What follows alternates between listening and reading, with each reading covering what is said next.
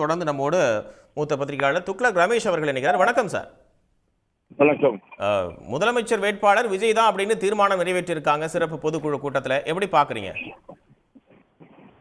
இது குறிப்பாக அண்ணா திராவிட முன்னேற்ற கழகத்திற்கு ஏமாற்றத்தை கொடுக்கும் என்று நான் பார்க்கிறேன்.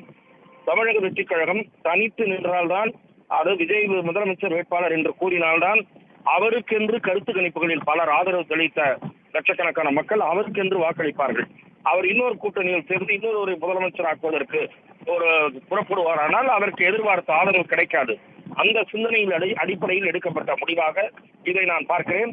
இது ஒரு துணிச்சலான முடிவு என்கிற வகையில் நான் அதை வரவேற்கிறேன்.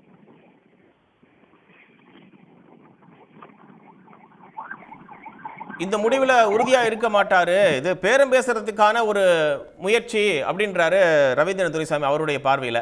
அது அப்படிதான் போகுதா? அவருடைய கருத்து திரு விஜய் அதிமுகவுடன் கூட்டணி சேருவதற்காக வாய்ப்பு இருப்பதாக கருதப்பட்டது. ஆனால் நான் தொடக்கம் முதலே என்ன கூறி வருகிறேன் என்றால், அதிமுகவுடன் சேருவதற்கான வாய்ப்பு குறைவு. ஏனென்றால் விஜய் கட்சி சம அளவு தொகுதிகளை எதிர்பார்க்கும் என்று கூறினேன். அதாவது 100 தொகுதிகளுக்கு குறையாமல் எதிர்பார்க்கும் என்று. அது அதிமுக கொடுக்காது. ஆகவே விஜய் தனது தலைமையில் கூட்டணி என்பதில் மீண்டும் உறுதியாக இருப்பதை வெளிப்படுத்தி இருக்கிறார்.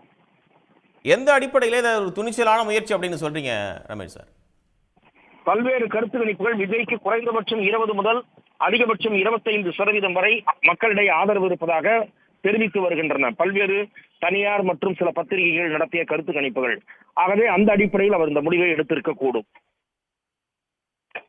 விஜய் அவர்கள் தொடர்ந்து சொல்லிட்டு வராரு, களத்துல திமுக வெர்சஸ் தாவேக அப்படின்னு தான் சொல்லிட்டு வராரு. அப்ப 2வது இடத்திற்கு வருவதற்கான ஒரு முயற்சி, அதிமுகவை இந்த தேர்தலிருந்து ஓரம் கட்டணும், அதிகமான வாக்குகளை பெற்று 2வது திமுக களம் வந்து திமுக தாவேக அப்படின்றது அடுத்த எலெக்ஷன்ல இருக்கணும் அப்படின்னு நினைக்கிறாரோ? இல்ல, நான் சொல்ல வரும்போது திரு விஜய் இப்போது தனது தலைமையில் கூட்டணி என்று தெரிவித்திருக்கிறார். அவரோடு சேர முன்வருகிற கட்சிகள் எந்த கட்சிகள் என்று பார்க்க வேண்டும். எந்த அணியிலும் இடம்பெறாத கட்சிகளாக ஒரு 4-5 கட்சிகள் இருக்கின்றன. அவர்கள் இப்போது தீவிரமாக சிந்திக்க கூடும்.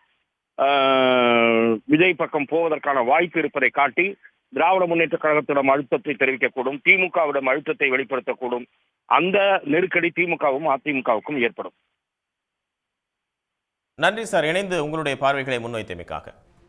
உடனுக்குடன் செய்திகளை தெரிந்து கொள்ள சன் நியூஸ் பெல் ஐகானை கிளிக் பண்ணுங்க.